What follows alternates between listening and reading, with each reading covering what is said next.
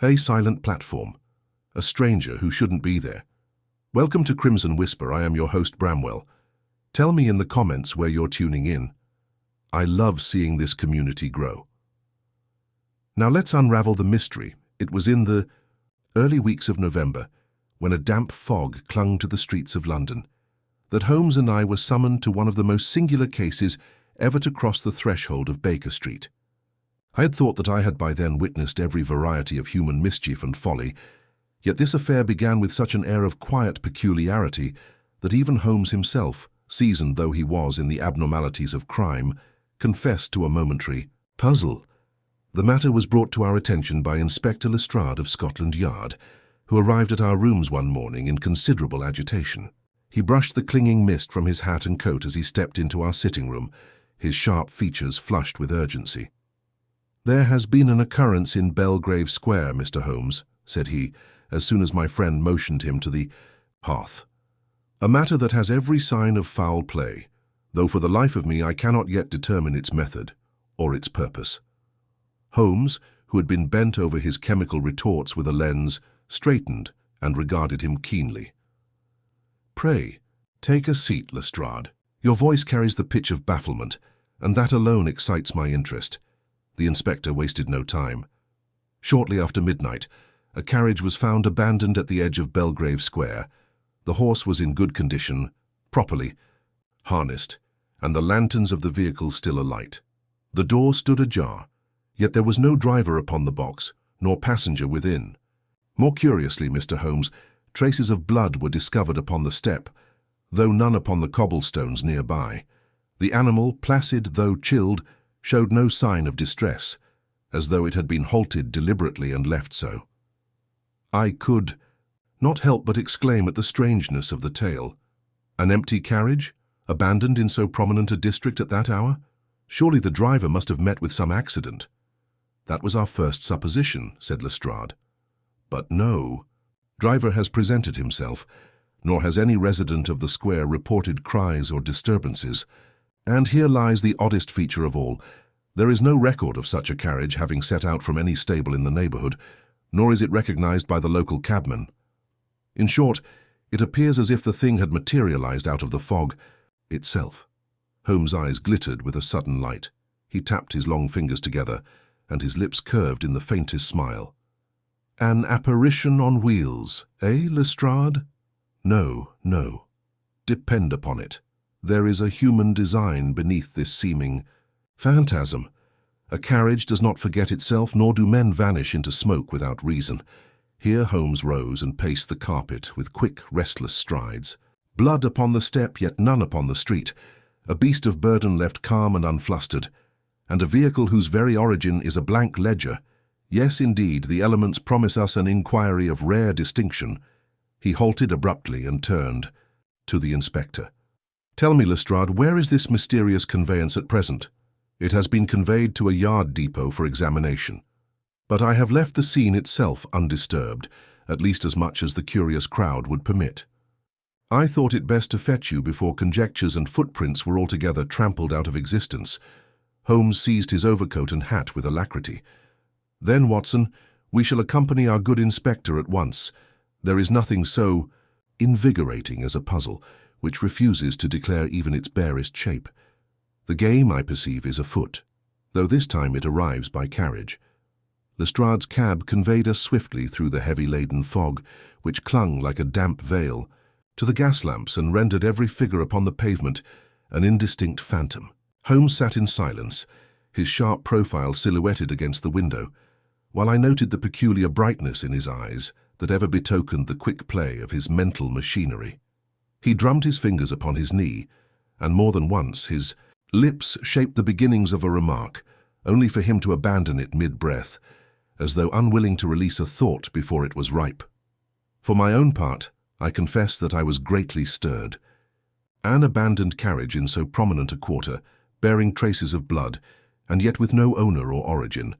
Such an enigma appealed strongly to the imagination. I pictured all manner of violent struggle, of muffled cries drowned in the fog, of some desperate victim dragged into the night, leaving behind only that mute testimony of a few crimson drops. Still, I was at a loss to reconcile the facts Lestrade had given us. The horse calm, the lanterns burning, no marks upon the cobbles. How could a crime of violence be enacted in such stillness? At last Holmes turned to me with that sudden directness which ever startled me from my reveries. "You are picturing brigands, Watson," said he, "but brigands do not trouble themselves with tidy exits. Blood upon the step alone, and not a spatter upon the stones, it is an effect most deliberate. One does not dab a brush by accident. You suggest, then, that the traces were placed there intentionally?"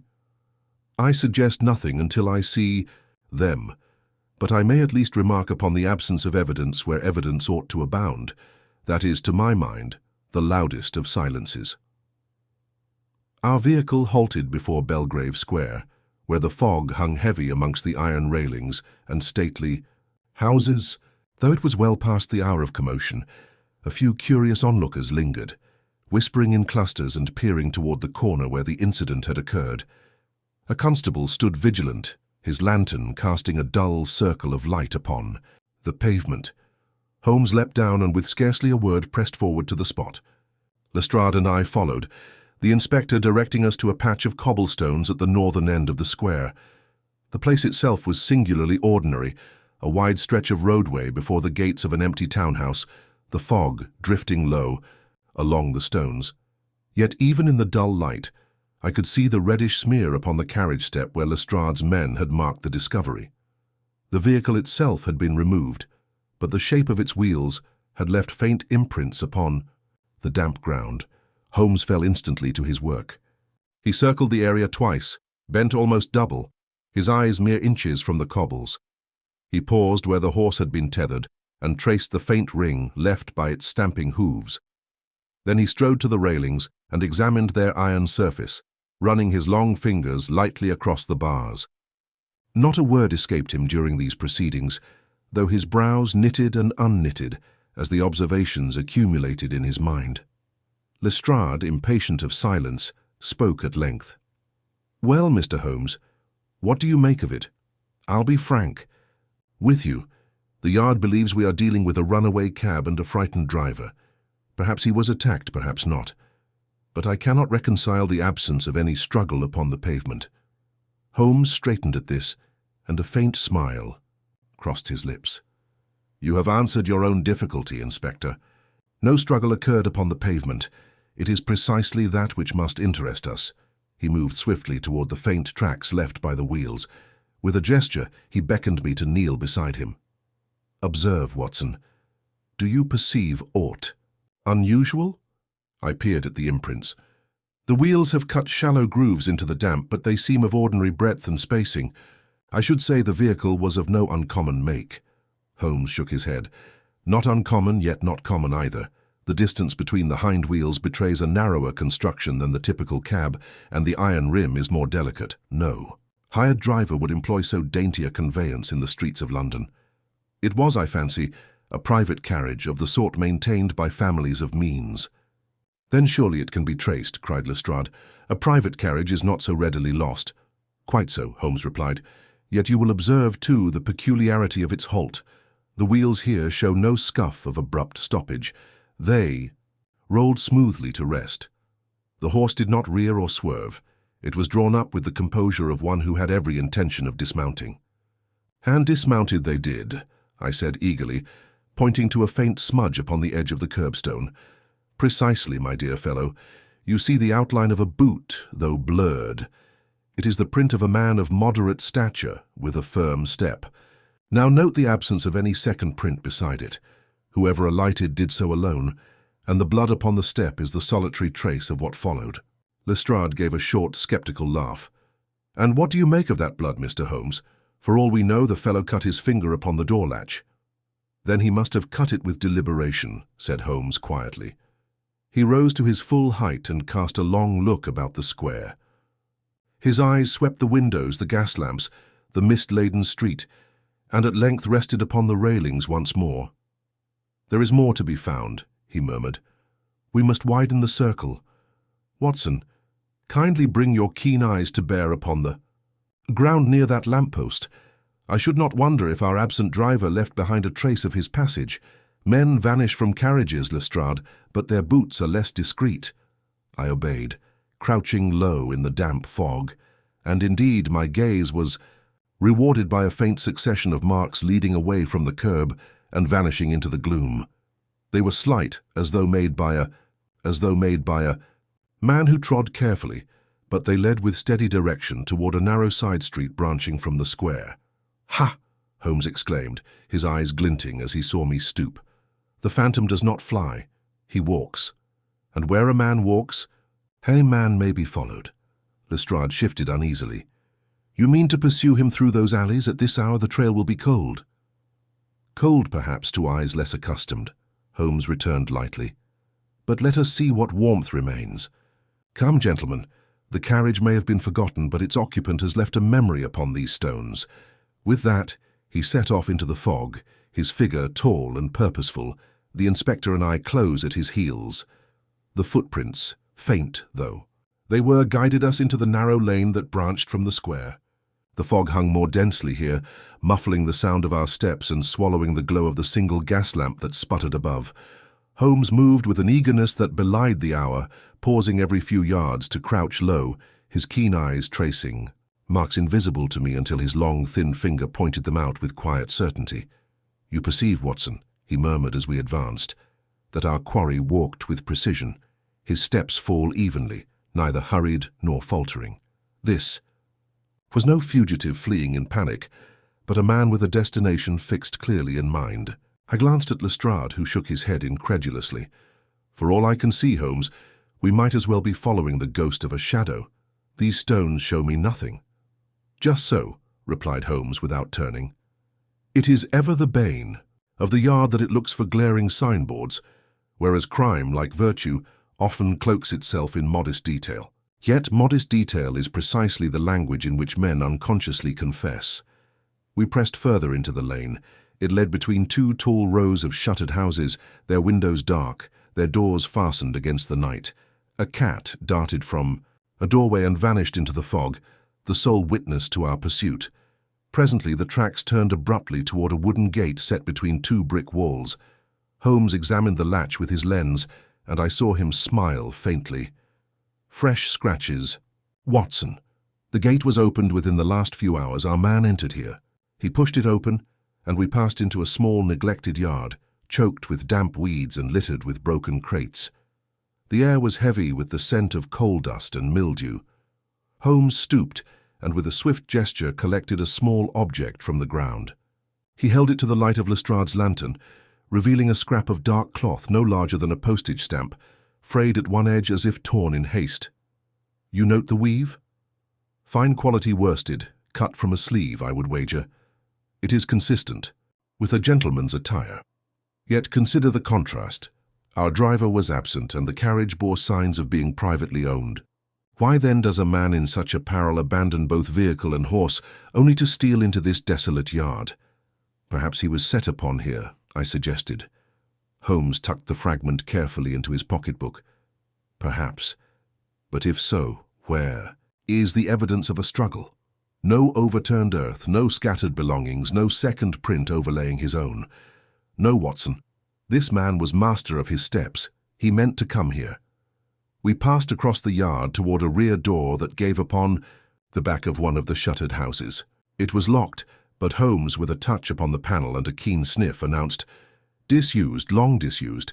Dust in the keyhole, no recent passage. The house stands empty.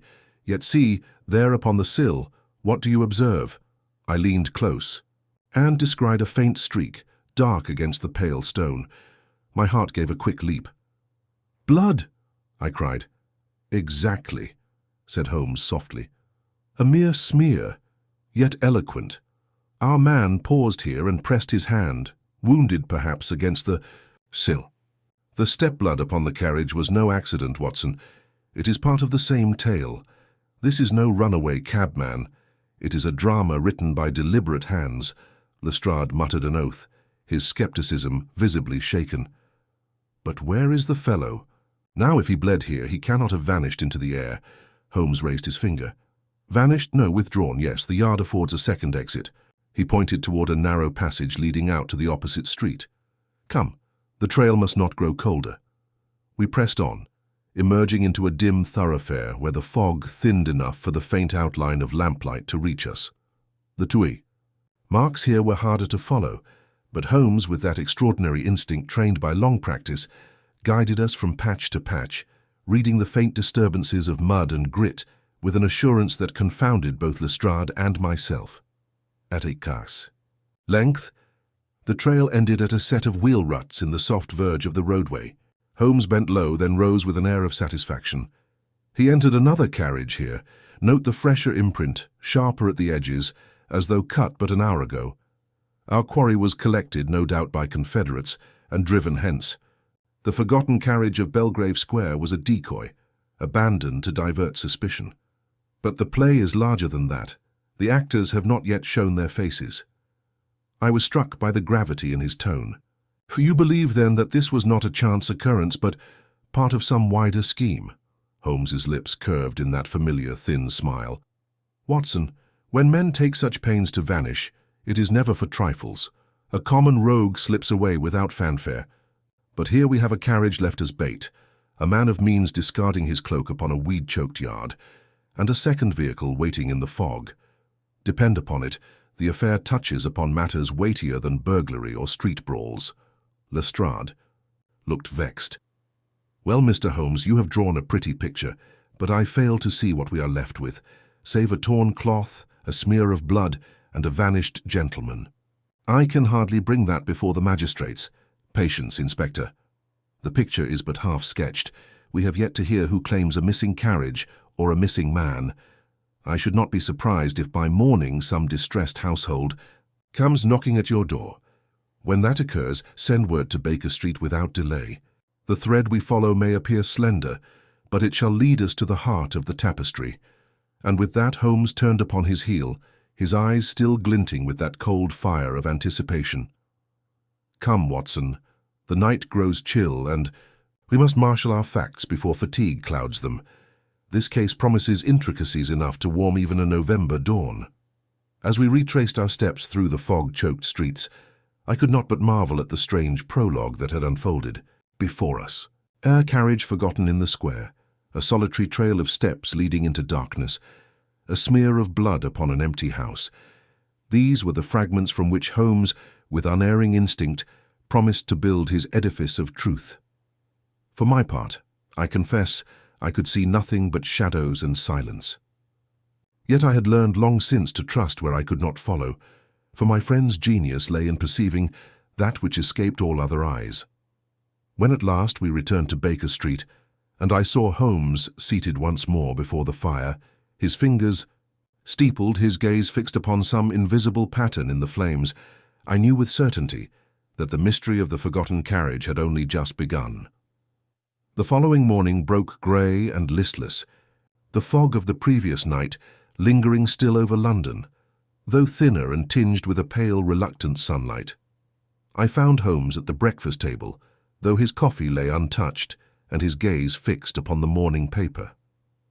His dressing gown hung loosely about him, and the long fingers of one hand beat a restless tattoo against the arm of his chair. It was a familiar sign that his thoughts were engaged upon some inward thread. "You observe the absence of appetite. Watson," he remarked as I entered, "it is the condition of a mind fed already upon a meal more sustaining than your excellent eggs and bacon, the nourishment of conjecture." He tossed the paper across the table.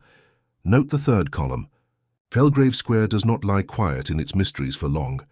I scanned the page. There, amongst the small notices, stood a brief announcement. Sir Reginald Stanhope of Stanhope House, Belgrave Square, reports with great concern the disappearance of his only son, Arthur Stanhope, aged 27.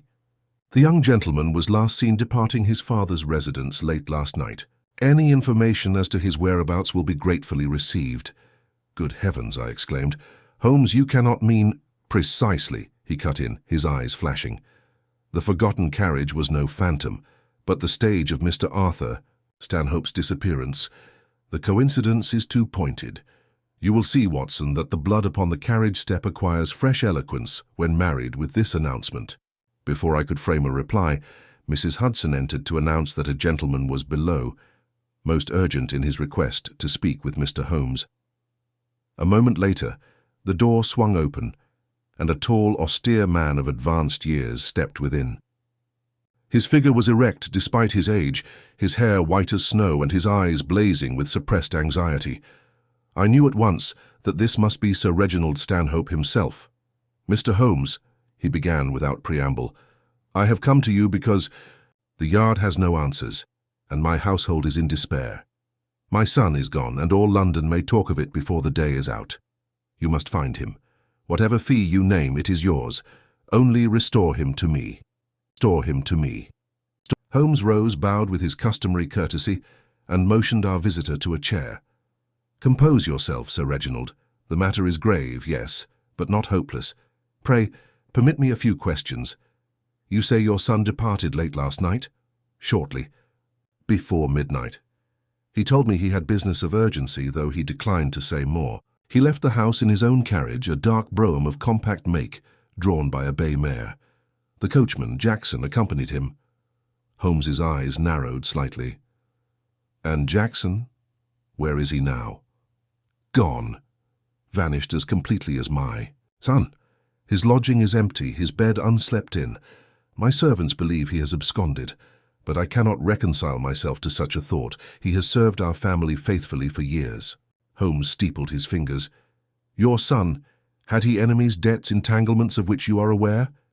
At this, Sir Reginald shifted uncomfortably. Arthur was ever high-spirited. He had his amusements, no doubt, but nothing I believed serious.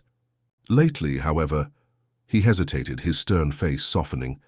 Lately he had been much in the company of a certain lady, a Miss Clara Henshaw, the daughter of a retired colonel. I had my reservations, but Arthur would not be swayed. They quarrelled, I believe, though I do not know upon what matter. Holmes rose and paced the room, his robe trailing like a scholar's mantle. A quarrel, a secret errand, and a carriage left like a husk in Belgrave Square. The triangle of facts, Watson, begins to take shape. And yet, he stopped short and faced our visitor. "Sir Reginald, do you possess any article belonging to your son recently worn? A glove, perhaps, or a handkerchief?" The old man drew from his breast pocket a monogrammed handkerchief. Holmes examined it closely, inhaling its faint scent, then handed it back. "Thank you. One must never neglect the silent witnesses of cloth and thread. Now, Sir Reginald, you may rely upon me. I ask only for discretion. Speak to no one of the particulars of our conversation. Appearances are often contrived to mislead. We must not help them along." The baronet inclined his head gravely and departed, leaving behind an air of heavy dignity mixed with paternal grief. As the door closed, I turned eagerly to Holmes. "Surely then we must conclude that Arthur Stanhope was the man we tracked last night, the wounded gentleman who abandoned his own carriage and was spirited away in another." Holmes sank once more into his chair and clasped his hands behind his head. "It is a working hypothesis, Watson, and not without attraction. The torn cloth corresponds with the attire of a gentleman, the blood with an injury suffered in haste, the footprints with one accustomed to firm step and measured gait. Yet beware the danger of early certainty.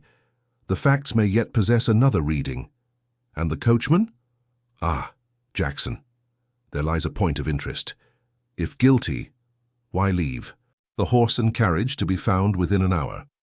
If innocent, why vanish so completely? Either way, his absence is unnatural.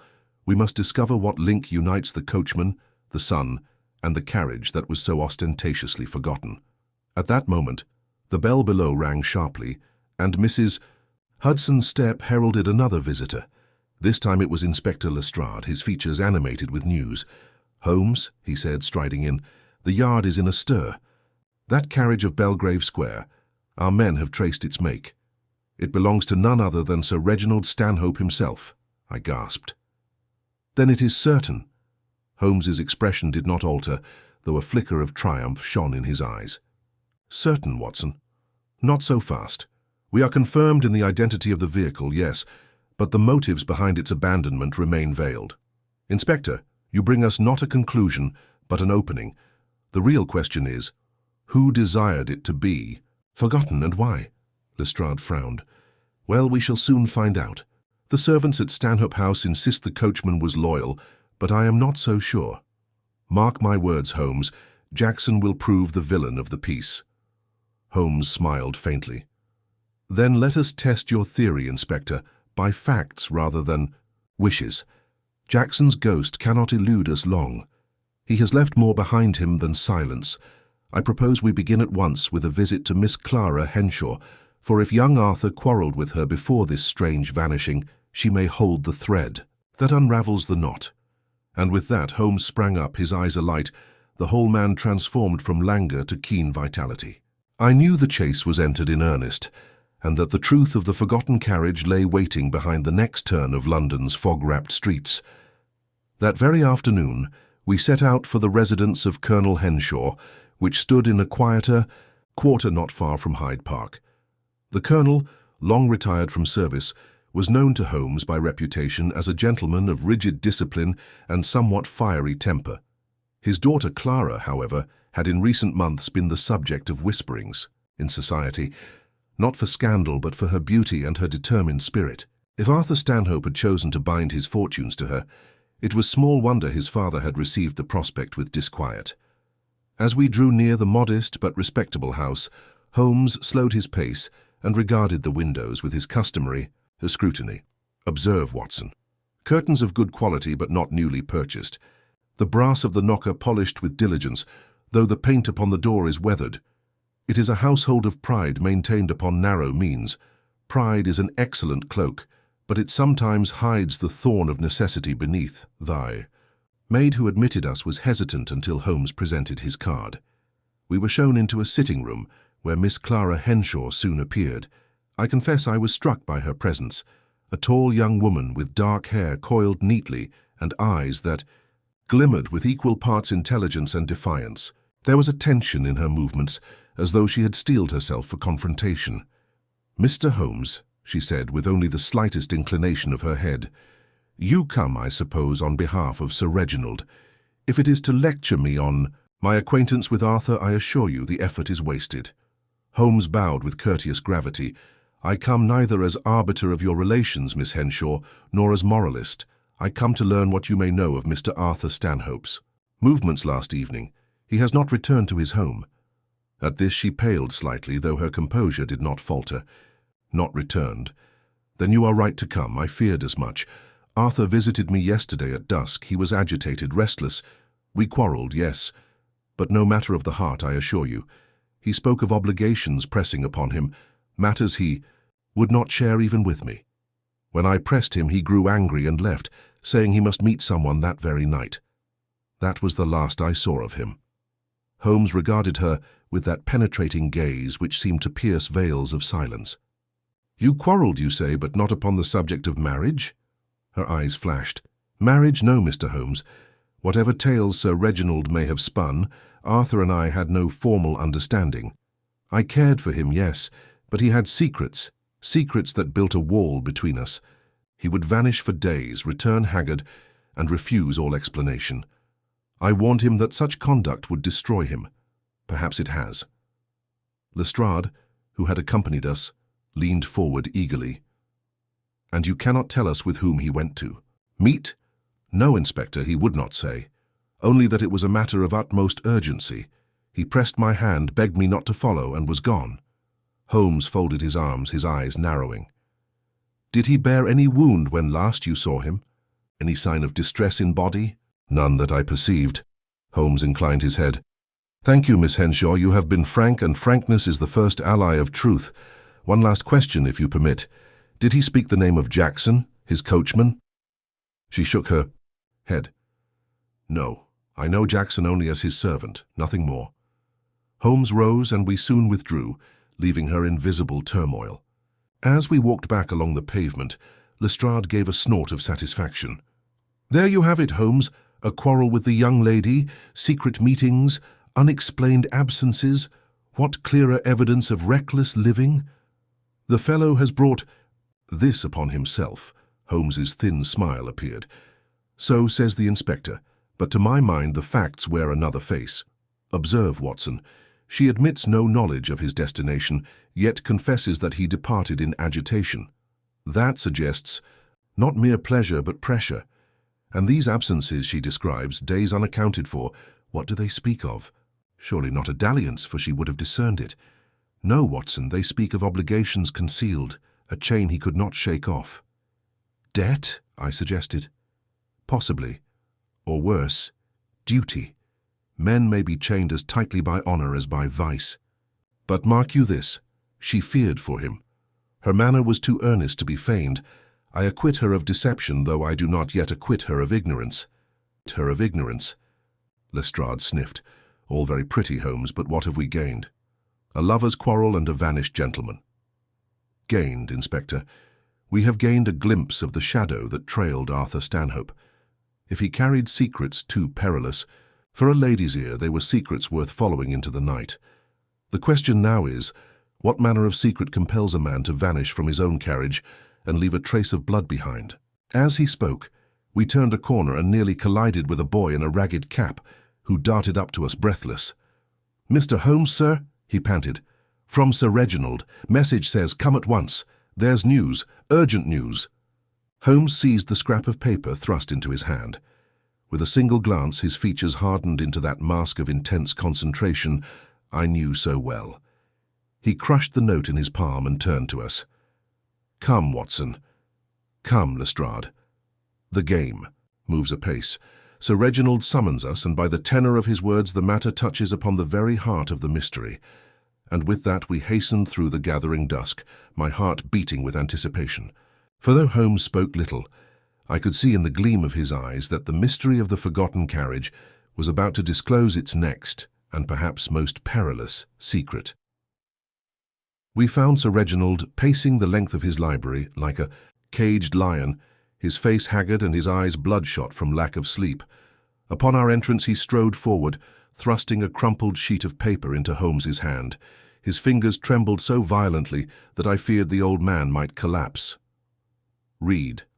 "It, Holmes, read it and tell me what devilry has ensnared my boy," he cried, his voice breaking with the force of his emotion. Holmes smoothed the paper across the table beneath the lamplight, and I leaned in beside him.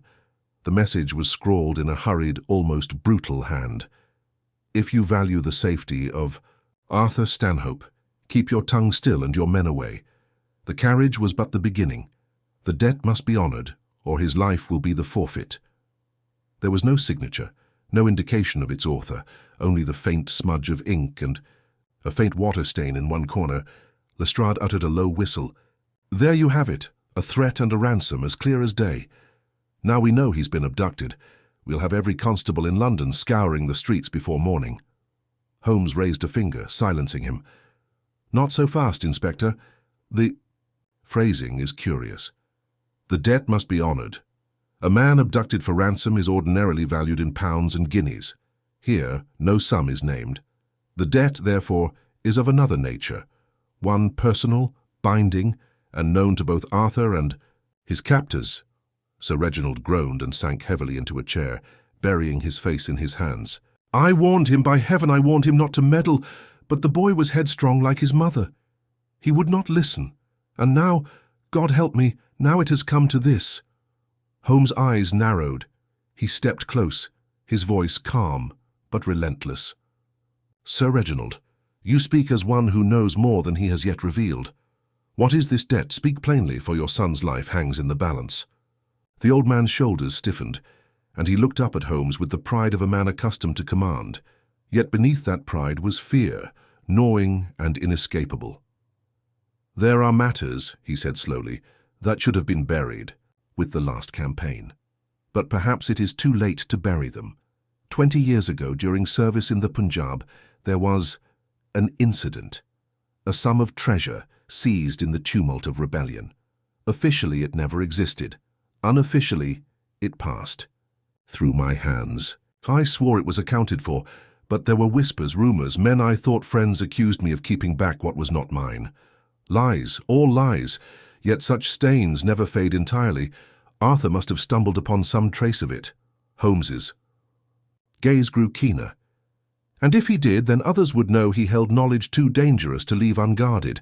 That, Sir Reginald, is the debt, an old wound reopened, and your son made hostage to silence you, Lestrade scowled. Treasure, or no treasure, it's a straightforward case of abduction. We'll sweep the city, rouse the ports, check every coaching yard and inn. They cannot hide him long. Holmes shook his head. And if you do, Inspector, you may hasten his death. These men are not bungling thieves. They strike with precision. And they left the message here with deliberate purpose. To blunder upon them would be to sign the young man's death warrant. He turned suddenly toward the fire, staring into its glow as if the flames themselves whispered counsel. Watson, do you recall the smudge upon the note, and the water stain? Indeed, I replied. It seemed trivial. Nothing is trivial. Ink smudges tell of haste, yes, but the water stain, it bore not the irregular blot of rain, but the neat arc of condensation. The paper lay, I would wager, beneath a glass vessel not long removed from chill, a tankard perhaps, or a tumbler. That points us not to some damp alley, but to a place of leisure, a tavern, gentlemen, a tavern or club where men drink and plot. Sir Reginald raised his head in sudden hope. Then you can trace it? Holmes's lips curved faintly. With care, yes, but we must walk delicately. To rush is to lose him. To tread wisely may yet bring him back. Inspector, restrain your men. This is a web of old sins, and one false move will tighten it around the throat of Arthur Stanhope. The old baronet grasped Holmes's hand with a desperate intensity. Bring him back to me, Holmes. By all that is sacred, bring my boy back alive. Holmes inclined his head gravely. I shall do all that is within my power, and I begin tonight. Without another word, he strode toward the door, and I followed swiftly, my heart hammering with apprehension. For though he gave no sign, I could tell by the quickness of his step and the gleam in his eye that Holmes had already marked his next move, and that we were about to enter the very shadow where the fate of Arthur Stanhope trembled between life and death. The fog of the London night pressed close around us as we left the Stanhope residence, our cab wheels cutting a wet path through the glistening cobblestones. Holmes sat opposite me, his long fingers steepled beneath his chin, his eyes half closed in that peculiar attitude which I had learned to recognize as the prelude to swift action. I knew better than to disturb his reverie, for when Holmes's mind grappled with a riddle, every word risked shattering the delicate arrangement of his thoughts. Only when the cab turned sharply from Grosvenor Place toward the Strand did he stir, his gaze sharpening with sudden resolve. There are not 20 establishments in London where a man might compose such a letter under the shadow of a frosted glass, he remarked abruptly. But of those, only 3 lie within reasonable proximity to Belgrave Square, where the carriage was found. Of those 3, Watson, only one bears a reputation for receiving men who wish to remain unseen. The Red Hart, I ventured, recalling. The rough tavern whose reputation for discretion was whispered in certain circles. Holmes allowed himself a faint smile. Your memory serves you well. The Red Hart has been a haven for card sharpers, disgraced officers and adventurers of every stripe. If the ghosts of Sir Reginald's Indian campaign still walk abroad, it is there they would gather. And it is there we shall go. The cab deposited us at a narrow street where the gas lamps burned dimly, as though reluctant to show too much of the company they illuminated. The Red Hart stood at its centre, its windows shuttered, but a faint glow leaking. Between the slats betrayed life within. A signboard, cracked and weather-worn, swung gently above the door, creaking with each gust of wind. Holmes drew his collar high and pressed a slouched hat low over his brow, his whole aspect changing in the space of a moment. His back stooped. His gait acquired the shambling air of a man accustomed to heavy drink, and his eyes assumed a bleary vagueness that would have deceived even me had I not known the truth of his disguise. You will remain close, Watson, he murmured. Say little, observe much. Should matters turn ugly, you will know where to place your fist. I expect we shall find no shortage of villains here. Inside, the air was thick with pipe smoke and the sour tang of spilled ale. A dozen rough-looking fellows occupied the tables, sailors with scarred faces, clerks with shifty eyes, and 1 or 2 whose military bearing could not be wholly concealed by the threadbare condition of their coats. Conversation dropped to a murmur as we entered, and more than one pair of eyes followed our progress with suspicion. Holmes, still bent in his guise of drunken idler, shuffled to the counter and slapped down a coin for 2 tankards. We sat at a corner table, the wood scarred with knife marks and stained by years of rough use. Holmes sipped at his drink with apparent indifference, but I saw his gaze flicker keenly from group to group. Presently he leaned toward me, speaking in a whisper, scarcely audible above the din. "Note the fellow at the far table, Watson, the man with the black moustache and the stiff bearing. Observe how his hand strays repeatedly to the pocket of his coat. A packet of some importance lies there. He has the look of a soldier long accustomed to command, though now adrift. And see, the man beside him wears the turban of a native of Hindustan, though his garb is that of a London labourer. Curious companions, are they not? Before I could reply, the moustached man rose abruptly, motioning for his companion to follow. They moved toward a side door, but not before the soldier dropped a scrap of paper upon the table, carelessly, as one might discard the wrapper of a cigar. Holmes was on his feet instantly. With a shambling motion that belied the swiftness of his purpose, he intercepted the table, snatched the paper, and was seated again before the landlord's suspicious gaze could properly fasten upon him. He unfolded the scrap beneath the table's edge and laid it flat where both of us might see. It bore only a few words, hastily penciled, "Dockside midnight. The debt settles tonight." Holmes's eyes gleamed with fierce satisfaction. "The net tightens, Watson. We are no longer chasing shadows, but men of flesh and blood, and they show us the very hour of their enterprise. Midnight at the docks. What better stage for a disappearance than the river itself?"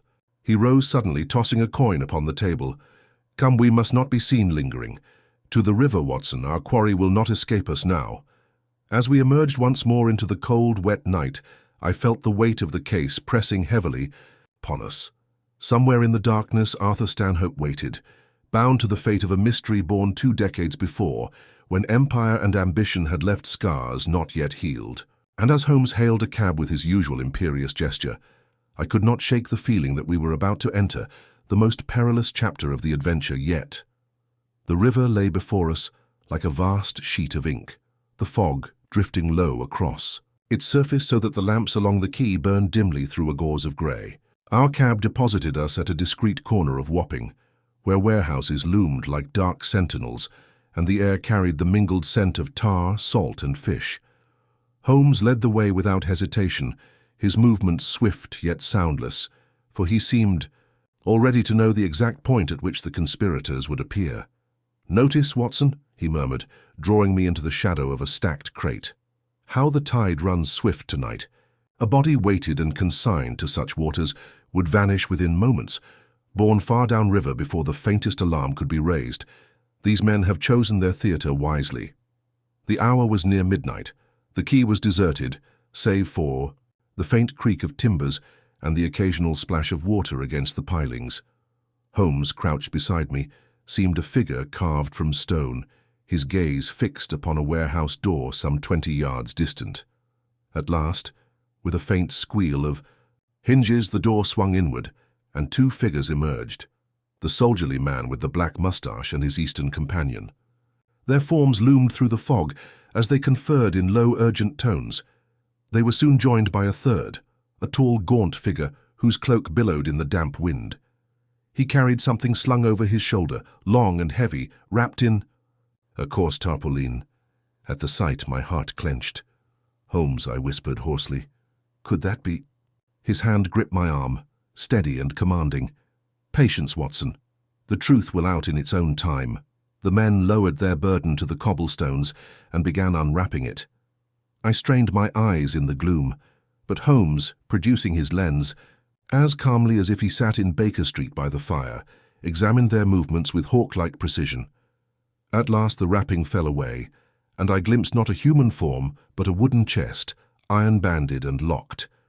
The soldier tapped it with the toe of his boot, muttering something to his companions, and they all laughed, though the sound was harsh, as though it carried no true mirth. Holmes's eyes glinted.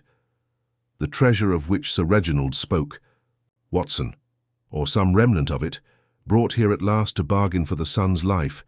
They mean to settle accounts tonight." A whistle cut suddenly through the fog, sharp and deliberate.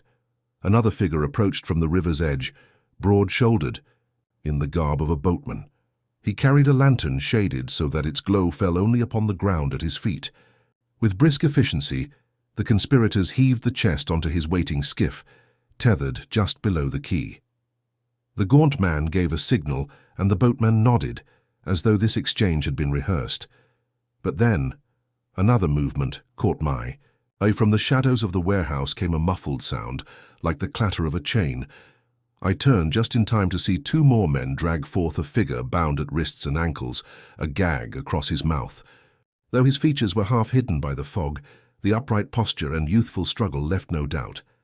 "It is Arthur Stanhope," I gasped, stepping forward before Holmes's iron grip restrained me once more. "Not yet, Watson," he hissed.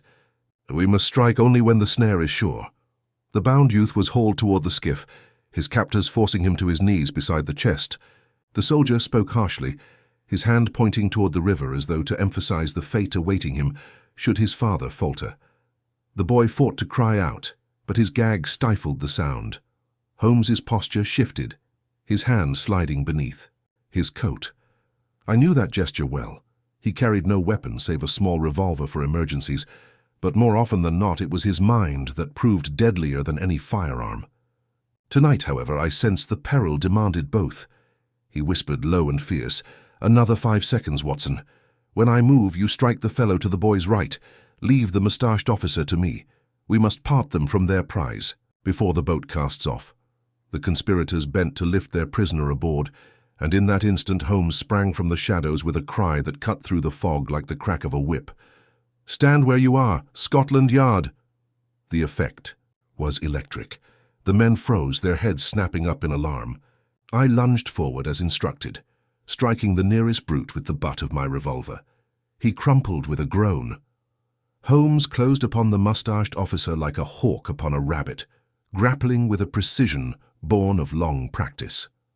The boatman, startled, dropped his lantern, which shattered upon the stones and sent a shower of sparks skittering across the quay. Shouts rang out. The gaunt man drew a knife, his face twisted with desperation. Holmes wheeled to meet him, but before the clash could occur, a sharp whistle cut again through the night, this time from behind us.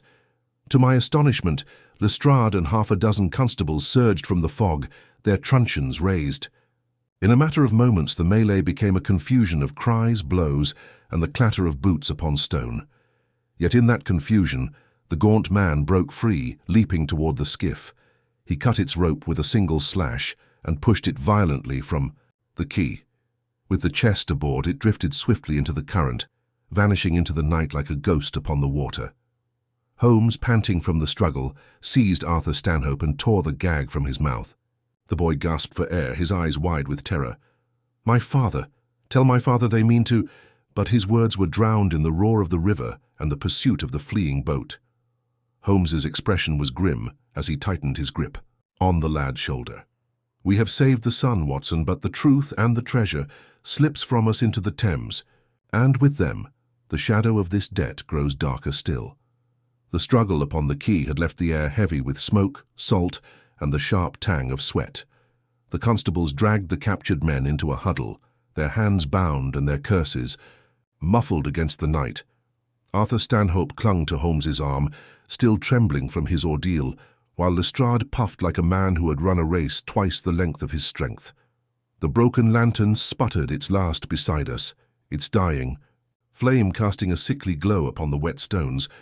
Holmes, though victorious in the rescue, did not wear the expression of triumph. His eyes followed the black line of the river, where the skiff had vanished into the mist, bearing the iron-banded chest to whatever fate the current decreed. He straightened slowly, brushing the dust from his coat, and I recognized the look that stole across his face. Not defeat, but the restless tightening of a mind already turning the disaster into opportunity. "Lestrade," he said at last, his tone sharp enough to cut the inspector's complaints short.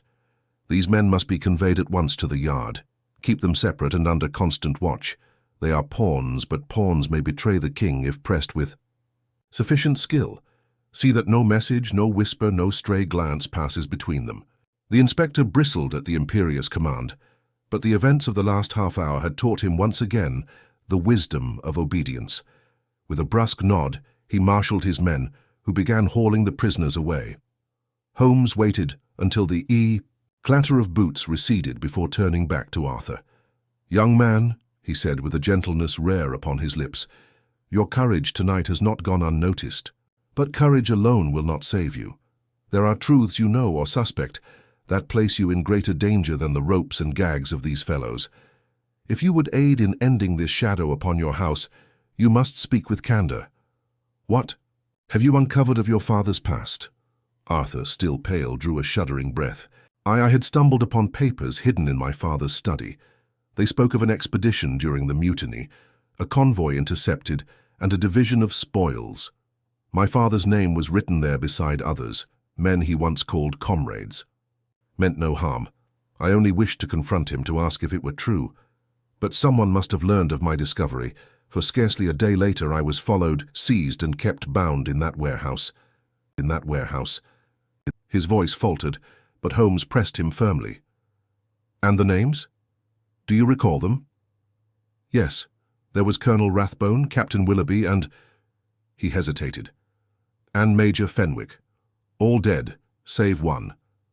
Fenwick, I believe, returned to England years ago." Holmes's eyes narrowed. "Fenwick, the gaunt man, I wager, whose knife flashed so freely tonight, alive and far from idle. That chest was not the prize itself, but a lever, one last weight with which to press your father into silence. The debt, Watson, is not gold alone, but the shame of betrayal, festering through decades." We escorted Arthur back to Baker Street, beneath the watchful escort of 2 constables. There, in the familiar warmth of our sitting room, Holmes settled into his chair with the boy opposite him, while I tended to his bruises. The lad bore his ordeal with admirable fortitude, though the haunted look in his eyes betrayed what his words did not. Holmes smoked in silence for a while, the blue tendrils wreathing his sharp profile. At length he spoke, as if answering a question no one else had dared to pose. "The chest will not be lost. Fenwick is no fool to consign his only bargaining chip to the caprice of the Thames. There is a second party waiting downriver, prepared to receive it. He will lay it in some hidden vault until the time is ripe. But now he knows we pursue him. He will not linger."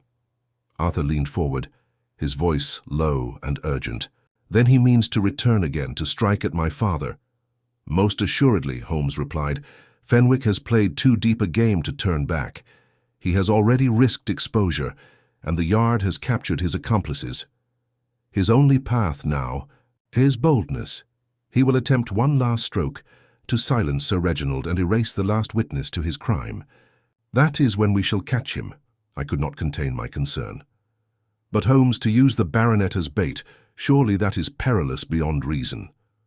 Holmes gave a thin smile. "It is perilous, yes, but reason lies wholly upon our side. Fenwick must come to us, and when he does I shall have prepared a snare from which he cannot break free. Already his pride has betrayed him. He has revealed too much. Mark me, Watson. Within 48 hours the man will be in irons." He rose abruptly, his energy returning in full force. "Watson, you will remain with the young Mr. Stanhope. Keep him under watch and permit no stranger within this door. I go to prepare the ground for our adversary's undoing." And with that he swept from the room, leaving Arthur staring after him in awe, and myself in no small agitation. For though I had seen Holmes weave many a web about his quarry, never had the stake seemed so entangled with the sins of the past, nor the enemy so desperate and cunning. I could not help but feel that before this affair reached its conclusion, the forgotten Carriage would deliver us not merely to a revelation of guilt, but to the very heart of a tragedy born of empire and betrayal. The following day dawned cold and sharp. The fog of the previous night burned away by a brittle sunlight that showed London's streets in their truest, most unforgiving form. I remained at Baker Street with young Arthur, as Holmes had commanded, though I confess the waiting wore on me far more heavily than the night's exertions had done. The lad paced restlessly, starting at every sound from the street below, his nerves strung taut as a violin string. I did my best to reassure him, yet in my own heart I longed for Holmes's return, for only in his presence did I feel that the danger surrounding us was held at bay. It was past midday when the door flew open and Holmes strode in, his features alight with the peculiar fire of triumph. He flung his hat and gloves upon the table and stood a moment with his long hands clasped behind him, surveying us with the air of a general whose campaign had taken a decisive turn. "Watson, Arthur," he said briskly. "The pieces fall neatly into place. Fenwick is cornered by his own design, though he imagines himself still master of the board.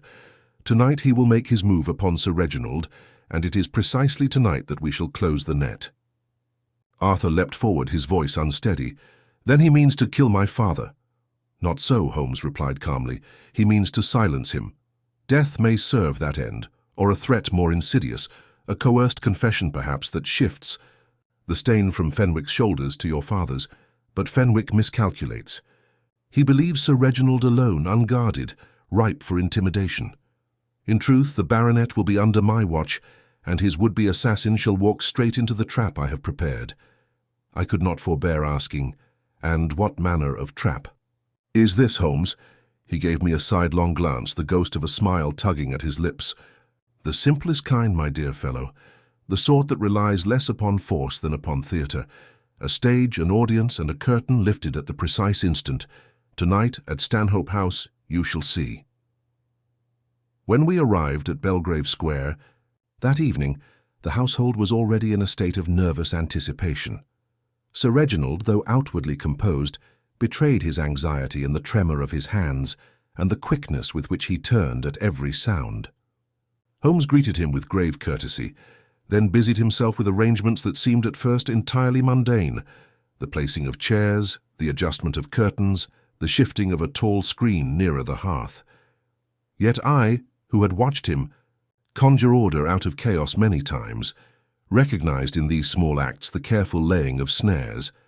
By the time the lamps were lit and the servants dismissed, the great library of the Stanhope residence bore the atmosphere of a stage set for drama.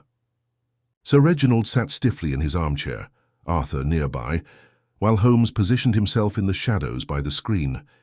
He motioned for me to remain close at hand, revolver ready but concealed. The hours crept by with agonizing slowness. Outside, the wind rose, rattling the panes and stirring the branches in the square. Midnight was near when the faintest sound pricked my ear, a scrape at the window latch. Sir Reginald stiffened. Arthur gripped my arm in silent terror. Holmes did not stir, but I could see the gleam of his eyes through the dim light.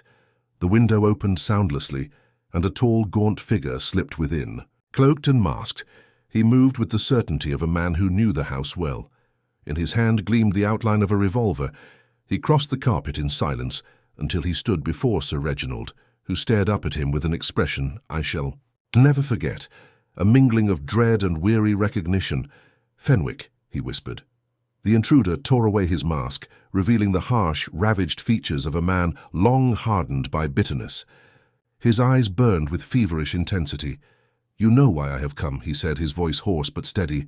"The world may think Rathbone and Willoughby dead heroes, but you and I know the truth. The treasure was ours by right of conquest, yet you betrayed us, claimed honor while leaving us with ashes. Tonight you will write, Reginald, write and confess that the theft was yours alone. With your name blackened, my debt is paid." Sir Reginald rose to his feet, pride stiffening his aged frame. "Never," he thundered. "I will not be your scapegoat." Fenwick's hand tightened on his revolver, and for a heartbeat the air was charged with deadly intent. Then Holmes stepped from the shadows, his voice cutting like a blade. "Put it down, Fenwick, the play is over." The gaunt man spun, startled, but Holmes was already upon him. With a deft movement he struck the revolver aside, sending it skittering across the carpet, and before Fenwick could recover I leapt forward to pin his arm. He struggled fiercely, his strength surprising for one so emaciated, but Holmes's grip was iron, and within moments the man was subdued. Lestrade and 2 constables, summoned earlier and concealed in an adjoining chamber, burst into the room at Holmes's signal. Fenwick was secured in irons, his furious cries echoing off the library walls. Holmes stooped to retrieve the fallen revolver, examining it with cool detachment. "An old service pistol," he remarked. "How fitting that you should come armed." with relics of the very past that has undone you. Sir Reginald sank back into his chair, trembling, while Arthur knelt beside him in relief. I saw tears in the old man's eyes, though whether from joy, fear, or shame I could not tell.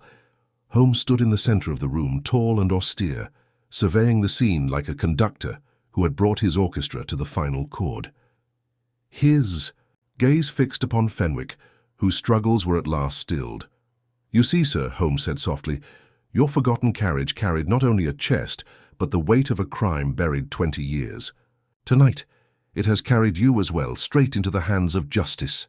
Fenwick's furious resistance gradually ebbed into a bitter stillness as the constables hauled him upright, the iron cuffs clinking with every jerking motion of his arms. His face, gaunt and ravaged by years of hatred, bore not fear but a grim satisfaction, as though being unmasked was itself a kind of vindication. Sir Reginald, pale and shaken, clutched his son's hand tightly, while Arthur looked from his father to Holmes with wide, questioning eyes. Holmes waited until the chamber had grown silent, broken only by the faint rustle of the curtains in the draught. Then, with the solemnity of a judge pronouncing sentence, he began to lay bare the twisted skein of events. You ask yourselves, no doubt, how I knew Fenwick's hand was in this business. The clue lay first in the very choice of weaponry, if I may call it so. The note slipped into young Arthur's hand. A crude cipher, yes, but drawn in the exact style I had once seen in documents concerning the ill-fated Afghanistan campaign of the 80s. The peculiar flourish on the letter R matched precisely the penmanship I later found among certain dispatches signed by Lieutenant Fenwick. A small detail, Watson, but in our work it is the small hinge that swings the great door.